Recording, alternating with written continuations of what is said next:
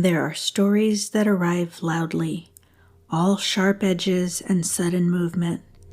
And then there are stories that wait, stories that linger in damp places, in the spaces where rain collects and stone begins to soften, where moss spreads in quiet persistence and roots press upwards without ever announcing their intent. Welcome to Veiled Beasts, a collection of folklore and creatures that exist somewhere between this world and the next, not always hunting, not always hostile, but always present. Tonight we walk across open moorland beneath a sky that feels too wide, toward a chapel that looks less abandoned than absorbed. Inside its walls, carved faces watch with closed eyes, and something older than memory hums beneath the stone. This is the story of the Green Man, not as symbol, not as ornament, but as something patient and enduring. If you find yourself drawn to the quieter corners of folklore, to stories that unfold slowly and settle deep, make sure you're following the show so you don't miss what waits in the next episode. And if you'd like to step further beyond the veil, our Patreon holds extended versions of each story, deeper descents, lingering threads, and bonus pieces created exclusively for listeners who want to stay a little longer in the dark. Now, settle in, let the rain fall, and listen. There are stretches of land where the sky presses so low and so wide at the same time that you begin to feel smaller than your own shadow, where the wind does not howl or snap, but moves in long, patient exhales across the heather, bending in silver waves that never quite settle. The traveler had been walking across such a place since morning, boots darkened by peat and damp soil that released a deep, almost sweet scent each time it gave way beneath their weight. The smell of woods and old water and things that have been turning slowly back into earth for longer than memory cares to hold. There were no trees to interrupt the horizon, no birds cutting lines through the sky, only the steady stretch of muted greens and browns fading into mist. And in the quiet sameness, the mind begins to soften, to loosen its edges, to drift just slightly from the firm boundaries it keeps in towns and roads and ordinary rooms. It was out of that drifting that the shape appeared, not suddenly, not rising in drama, but assembling itself from fog and distance as though it had always been standing there and had only just agreed to be noticed. A low structure, roof partially surrendered to time, walls rounded not by craftsmanship, but by rain and years and the gentle insistence of moss that does not ask permission before it spreads. It did not look ruined so much as absorbed, as if the moor had been slowly reclaiming something it once allowed to stand upright, drawing it back down grain by grain, stone by stone, into the patient body of the land. The traveler did not feel fear, not in the sharp way that tightens the throat, but something quieter, a thinning of the air perhaps, or the sense that sound itself had been lowered a degree. Even the wind seemed to soften as they grew nearer, settling into a hush that felt less like absence and more like listening. A fine rain began to fall, so light it did not announce itself except in the way it gathered along the lashes and traced cool paths over skin. And when the traveler reached out to rest a hand against the chapel's outer wall, the stone did not feel as cold as it should have. Damp, yes, slick with living green, but the surface there was but the surface there was a give so subtle it could almost have been imagined, as though the boundary between mineral and root had blurred over time, forgotten which was meant to remain still. Inside, the light shifted, not darker, but greener, filtered through moss and leaf and thin tendrils that crept through the cracks in the ceiling and found reason enough to stay. Water slipped steadily through broken beams and fell in unhurried drops that struck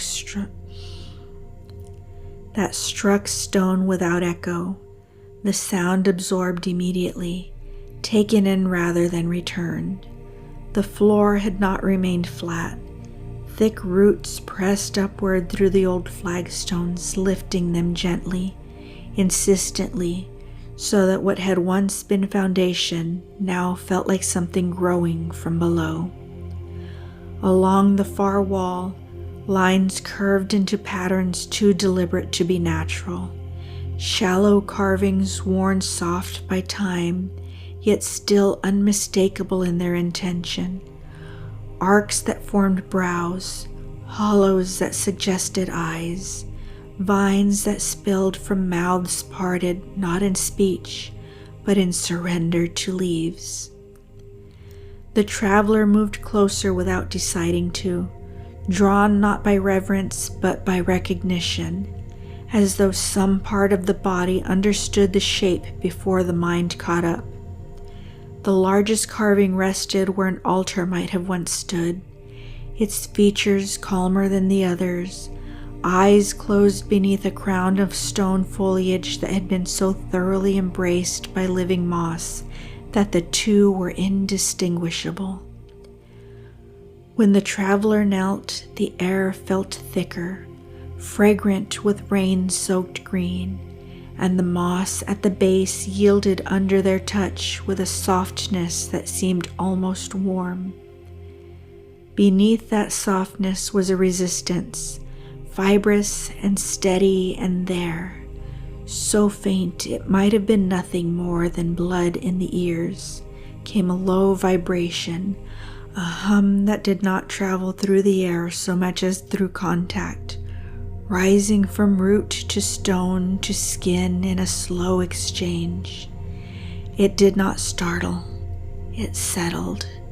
A tingling traced the inside of the traveler's wrist, subtle as the first whisper of a limb waking from sleep, and when they withdrew their hand, the sensation lingered just long enough to be noticed before dissolving back into ordinary feeling. Only when they looked down did they see the thin green line beneath the skin, following the natural path of a vein, yet somehow more vivid than it had been before, as though color itself had deepened. It did not glow, it did not spread, it simply existed, quiet and undeniable, present in a way that could be dismissed if one were determined to dismiss it.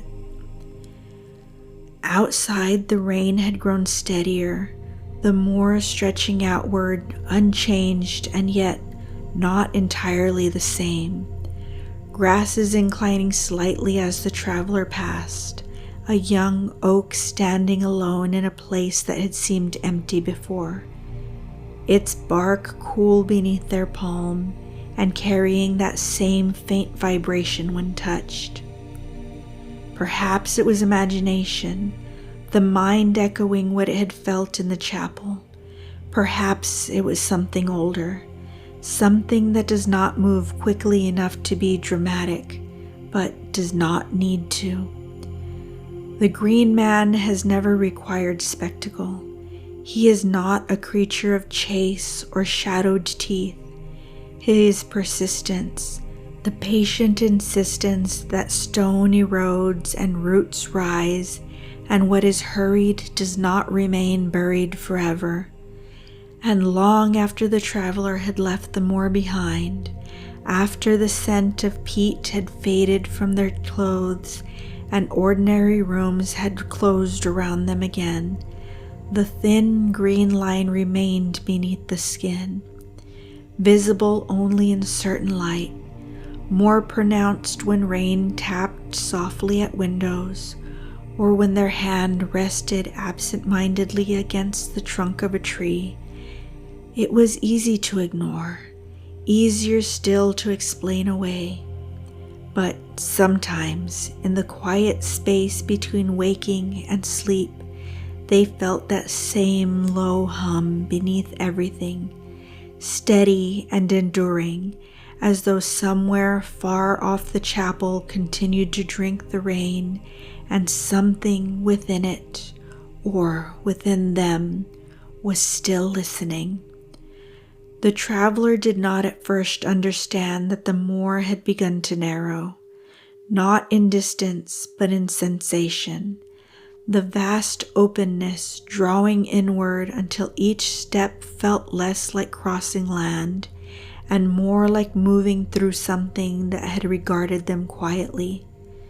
The heather brushed higher along their coat as though the plants had grown in the same space between glances, and the peat beneath their boots released thicker breaths of scent, loam and rain, and the faint sweetness of decay that is never truly decay, but only transformation moving at a pace too slow to frighten.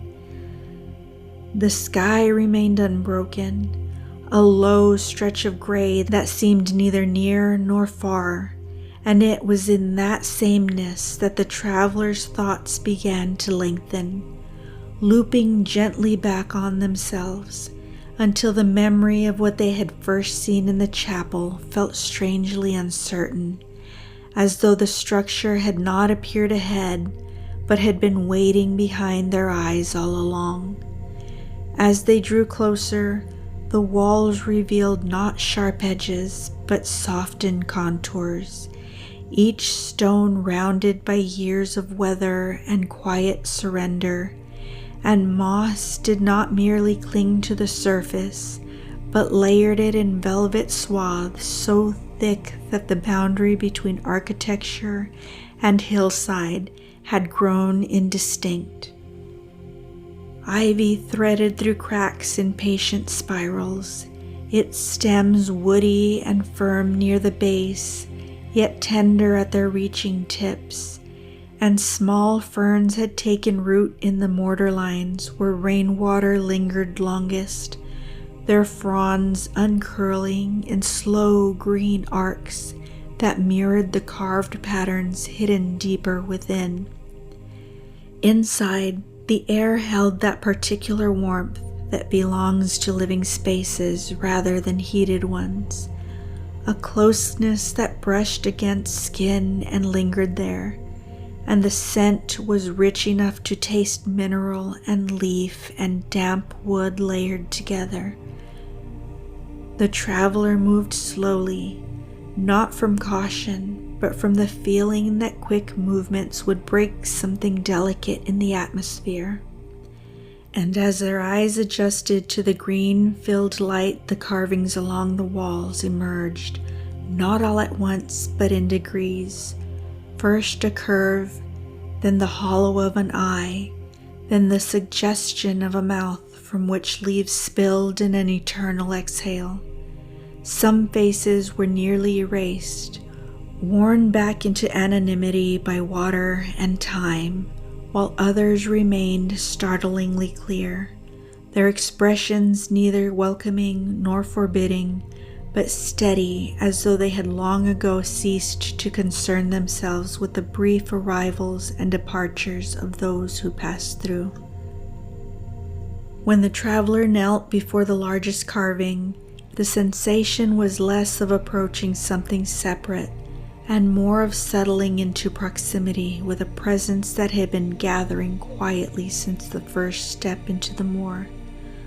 The moss beneath their fingers felt impossibly dense, each filament cool and pliant, and beneath that softness was the subtle resistance of intertwined roots that had pressed upward through stone in their slow insistence. The hum, when it came again, did not announce itself. It unfolded, a low and steady vibration that seemed to rise from the chapel floor and travel through the root and mortar and bone until it met with the traveler's pulse and lingered there, not demanding attention, but accepting it. Time thinned in that moment. The steady drip of rain blurred into a continuous thread of sound, and the green light within the chapel deepened until it seemed less like illumination and more like immersion, as though the traveler had stepped beneath the surface of something vast and patient. The tingling along their wrist did not flare. It expanded gradually, a subtle warmth tracing the familiar path of a vein until the color beneath the skin shifted just enough to be noticed, just enough to resist immediate explanation. It might have been the light, it might have been the imagination responding to suggestion, it might have been nothing at all. And yet, when they lifted their hand away, the moss did not spring back as moss should, but it seemed to retain the faint impression of their touch for a breath longer than expected, as though contact had been recorded somewhere deeper than surface.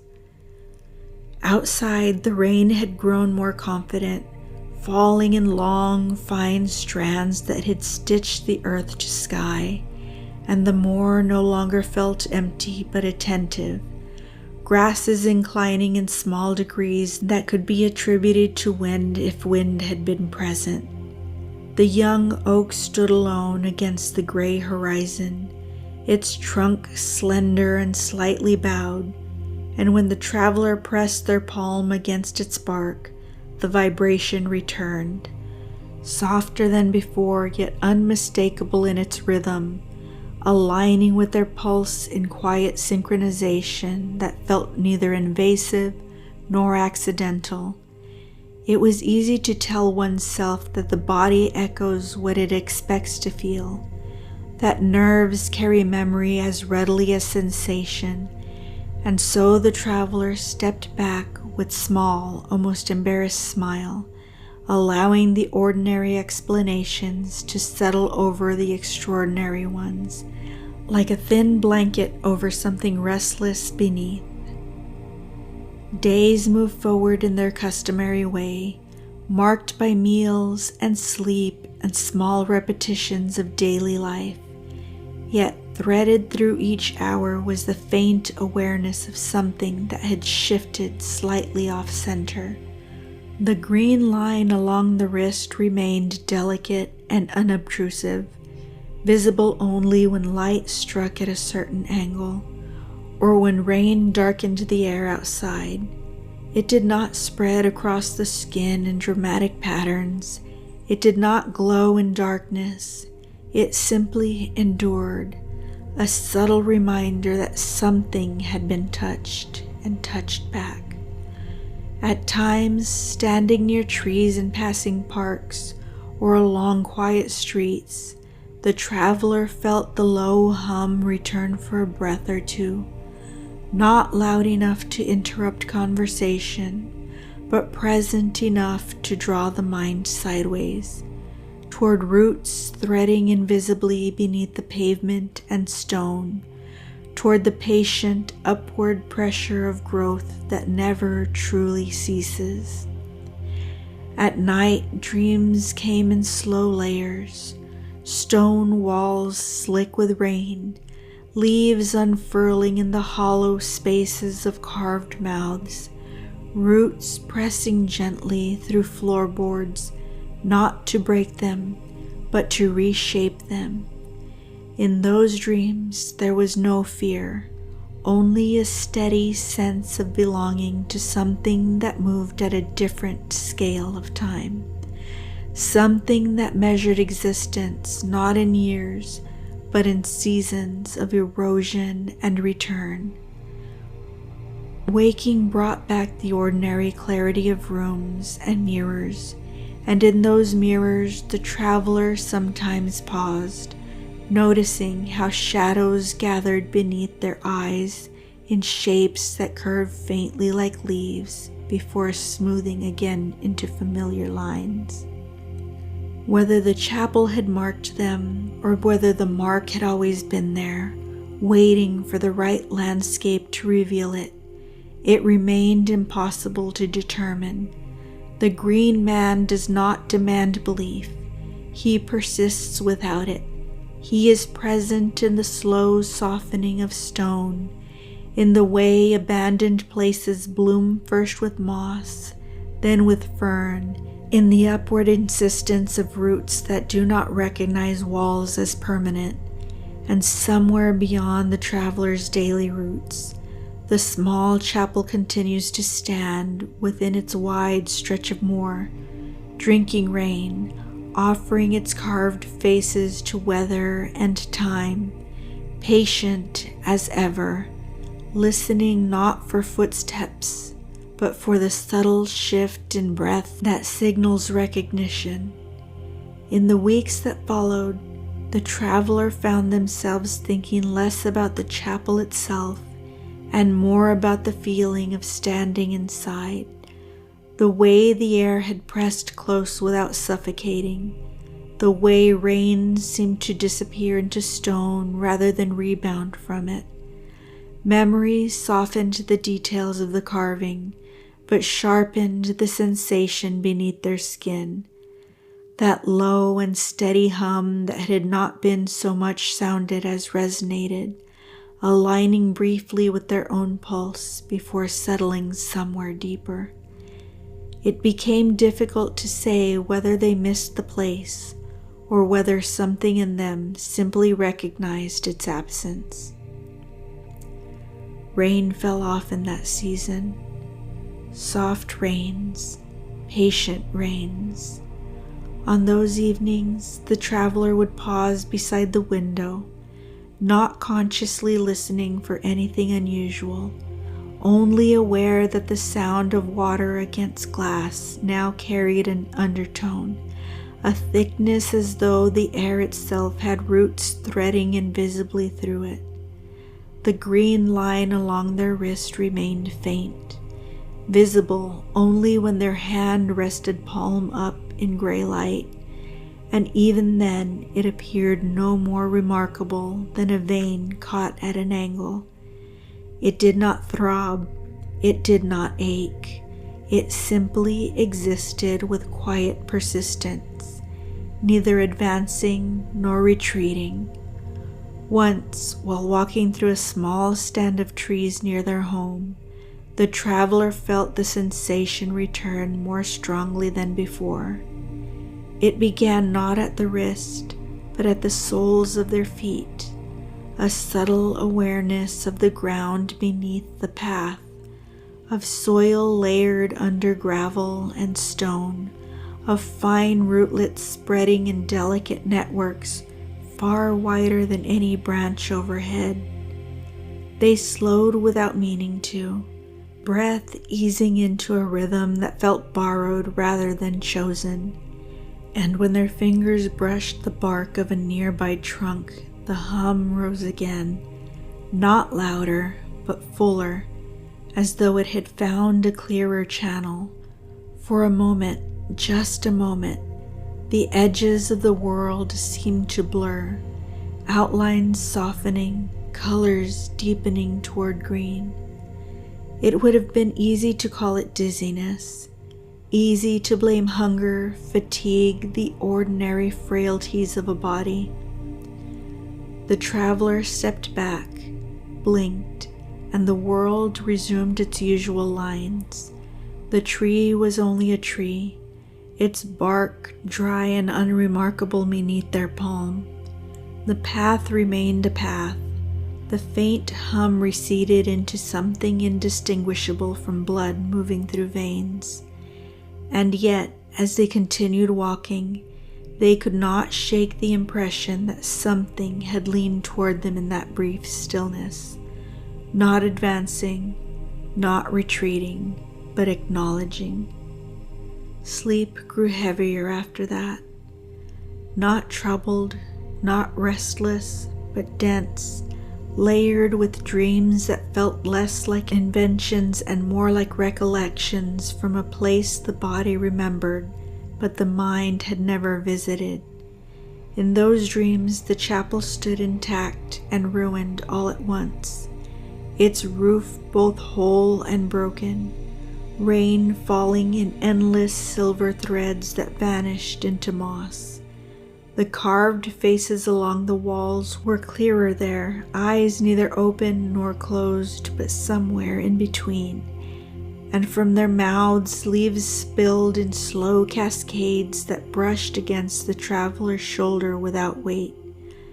Beneath the stone floor, roots moved in patient spirals, not writhing, not seeking escape, only expanding in widening circles that intersected and intertwined until there was no longer any clear boundary between one and another. Sometimes in the half-light before waking, the traveler felt that those roots extended further still, passing beneath the chapel walls, threading through the moor, reaching outward across distances impossible to measure. It was in that liminal space that the faint green line along their wrist seemed almost luminous, not glowing, but more pronounced, as though the skin had thinned just enough to reveal the quiet network beneath. By the time morning fully arrived, the color had faded back to subtlety, and ordinary light rendered it harmless. They told no one. There was nothing to tell. A visit to an old chapel on a stretch of moor, a trick of light, a vein made visible by damp air and imagination.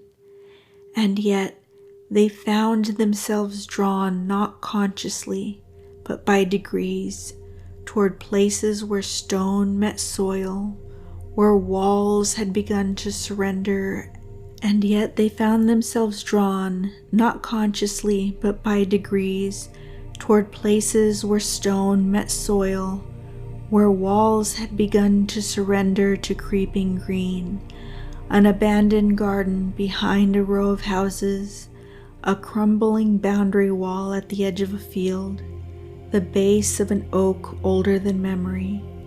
Each time their hand brushed bark or moss, that same faint vibration answered, sometimes so lightly it might have been nothing, sometimes deep enough to still their breath for a heartbeat longer than usual. The change, if it was a change, did not manifest in dramatic fashion.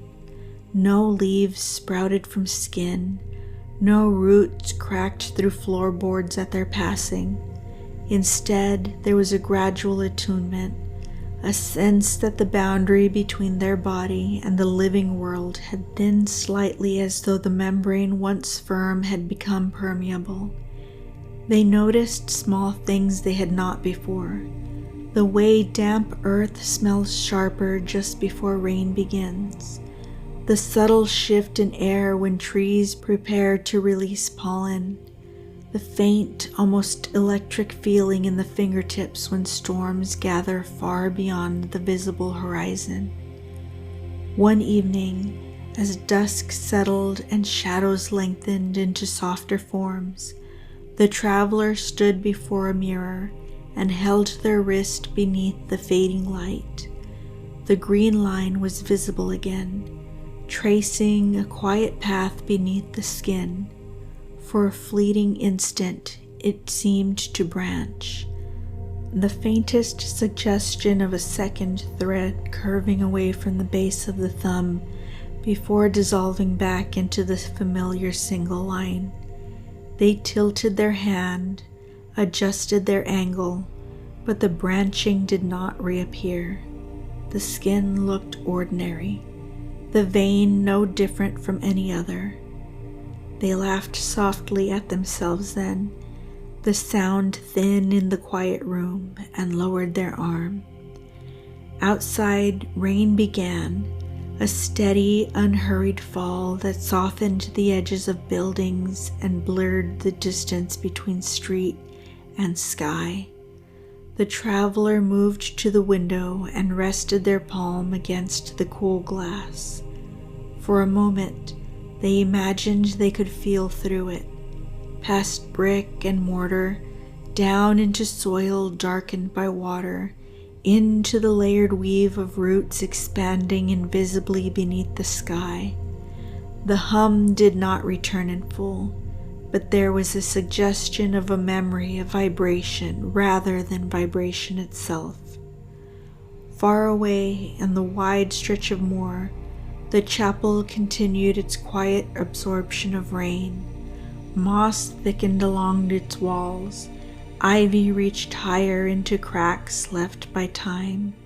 Beneath, the flagstone roots pressed upward with patient insistence, not in violence but in certainty, reshaping what had once been rigid into something softer, more porous, more willing to yield. Whether the traveler would ever return is uncertain. Whether they needed to is uncertain as well. The green man does not require proximity. He is not confined to stone carvings or forgotten chapels.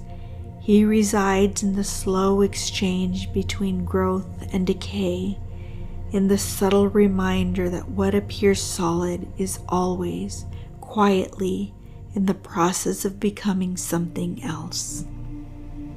To be marked by him is not to be claimed in any dramatic sense, but to be reminded, gently and persistently, that one's body is no less part of that exchange than root or rain. And sometimes, when the traveler stands very still beneath trees heavy with summer leaves, they sense a shift in the air around them, a slight inclination as though branches have leaned a fraction closer.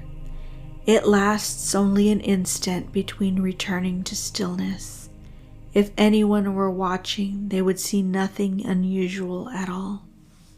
Yet on certain nights, when sleep settles deep and dreamless, there is a moment, brief and almost tender, in which the traveler feels something beneath their skin align with something far below the ground, a synchronization so subtle it might never be consciously remembered. In that alignment there is no fear, only a vast and patient awareness, as though roots have traced the outline of a body and found it familiar. By morning, the feeling has faded. The green line remains, faint, undeniable, and somewhere beyond sight, rain continues to fall against ancient stone, slipping into moss, disappearing without echo, as though the land itself were breathing in and holding a quiet, enduring note. The green man does not chase, he does not demand, he does not close his hand around those who wander too near. He simply waits, in moss, in root, in the slow surrender of stone to time. Whether the traveler was changed that day on the moor, or whether something within them merely awakened to what had always been there, is not for us to decide. Some marks are visible only in certain light. Some transformations move so slowly they feel like a memory instead of motion. If this story lingered with you, if you felt that faint hum beneath it, you can continue deeper. On Patreon, this episode expands beyond the chapel walls. We follow the roots further. We listen longer. And we explore what happens when the green line beneath the skin begins to feel less like a mark and more like a map.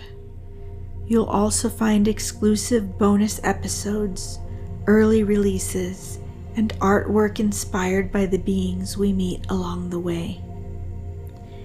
If you're listening on Spotify or your favorite podcast platform, make sure you're subscribed so the next story finds you as soon as it arrives. A quiet rating or review helps others step into the dark with us. Until next time, walk gently, listen where the wind grows still, and remember, between this world and the next, there are stories. Hush now, little listen, the forest knows your name. Soft feet in the shadow, soft mouths that never cry.